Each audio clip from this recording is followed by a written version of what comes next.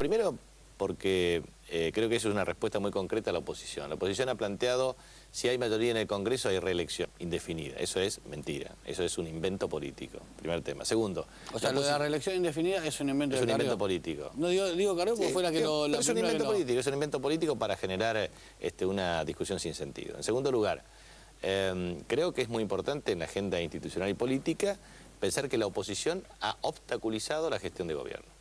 Desde 1991 hasta la fecha, en 2 oportunidades nos aprobó el Congreso el presupuesto en tiempo y forma. En el año 2002, el presupuesto 2002, producto de la salida anticipada de la Rúa, de su renuncia, y este año, 2011, producto de la férrea oposición de los partidos opositores que no dieron consentimiento a la ley de leyes, que es esencial para la planificación económica y financiera del Estado. En consecuencia, la oposición, teniendo poder mayoritario en la Cámara, lo que ha hecho es obstaculizar el gobierno. Entonces, la calidad institucional se expresa con el legítimo ejercicio de la mayoría. En este sentido, para mí, me parece muy trascendente pensar, porque al gobierno, la oposición le ha pretendido indilgar todo el tiempo que ha deteriorado la calidad institucional. Y yo quiero hacer un raconto de temas. Primero, este gobierno que promovió una Corte Suprema de Justicia autónoma e independiente, decreto 222, con procedencia de especialidad, de género y de origen desde el punto de vista federal, de los miembros de la Corte con sistema transparente de selección. Logramos ese objetivo. Segundo, la destitución de los anteriores fue por juicio político establecido por la Constitución Nacional. Tercero, se produjo la reducción de los miembros del Consejo de la Magistratura para menguar el poder corporativo. Cuarto, se sancionó la ley 26.547 de primarias abiertas, obligatorias y simultáneas. Ningún candidato se puede quejar respecto a la capacidad que tiene publicidad por sorteo. Permitime que te haga una observación que remata en pregunta.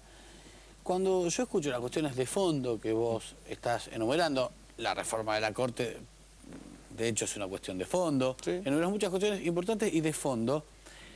Los planteos de forma parecen menores, superfluos, livianos, y en un punto yo, desde mi perspectiva, lo siento así. Sin embargo, el hecho de que el jefe de gabinete no asista una vez por mes, como le correspondería a ser interpelado por el Parlamento, termina siendo un argumento fuerte de la oposición cuando dice, por ejemplo, que no hay institucionalidad.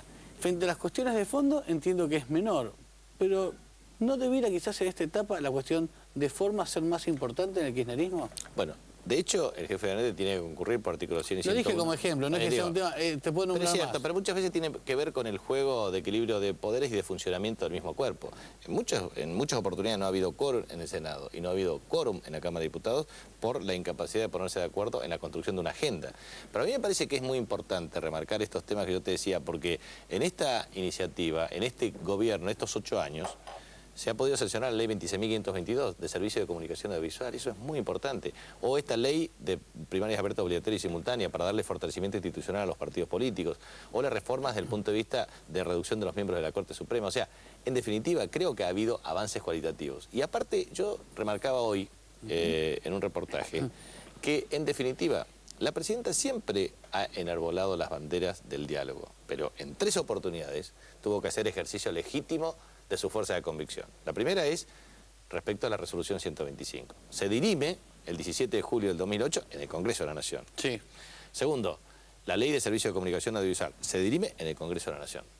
Tercero. A ver, la 125 la pierde. Está bien, la pierde. La gana. La ley de medios. Y respecto al tema de uso de reservas del Banco Central para pagar deuda, en definitiva también lo hace con el uso efectivo del marco jurídico que brinda la Constitución y las leyes que reglamentan su ejercicio. Por eso creo que, ahora, había que estar en un desafío muy fuerte para asumir esa responsabilidad. Y la presidenta es, creo que en su periodo de gobierno, la verdad es que no alcanzo a registrar exactamente cuántos decretos de necesidad de urgencia en el marco del 99, inciso 3 de la Constitución ha emitido, pero la verdad que es muy pocos. No ha sido. Y en definitiva nunca cercenando derechos, sino ampliando derechos. Por eso yo creo que, en definitiva, creo que el ejercicio de calidad institucional que ha hecho este gobierno, la recuperación de la autoridad política ha sido muy significativo.